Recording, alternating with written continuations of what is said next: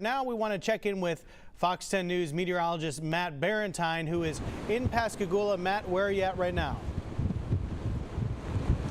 Hey Joe, I'm right down off the beach here. I'm actually right now behind our satellite truck, and we're going to walk out here and you'll see the difference. It is obviously pretty rough out here right now. I'm on Market Street where it ends into Beach Boulevard. This is one of the main drags here in town, and this is the storm surge coming up. This is Beach Boulevard, obviously a road that people are typically driving on, and you can see how the surge has now completely washed over this. There's a seawall about 50 yards out there, and that's usually where the water is at. Of course, it's washed over the seawall. There's a promenade over here that I've been walking on earlier in the evening. You can see these waves crashing down on top of that. So we were out there earlier. Now it's starting to get pretty deep, and once again it's coming into the road. The National Hurricane Center is just reporting the eye wall starting to make its way onto the Mississippi Gulf Coast. So that's what we're beginning to see here.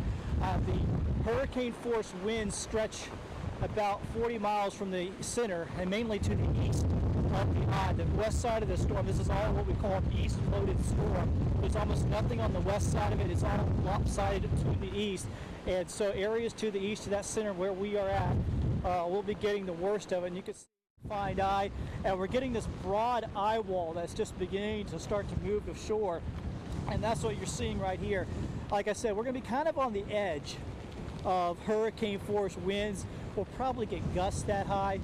The sustained winds will likely stay around tropical storm strength, upper tropical storm strength, and then some wind gusts on top of that. But once again, I don't expect the wind really to be the main factor here for Pascagoula. This is a low-lying town. They get a lot of problems from flooding and storm surge, and that is what we're seeing here tonight. Once again, I'm standing not even quite in the middle of the road. I mean, this is a major thoroughfare here in town.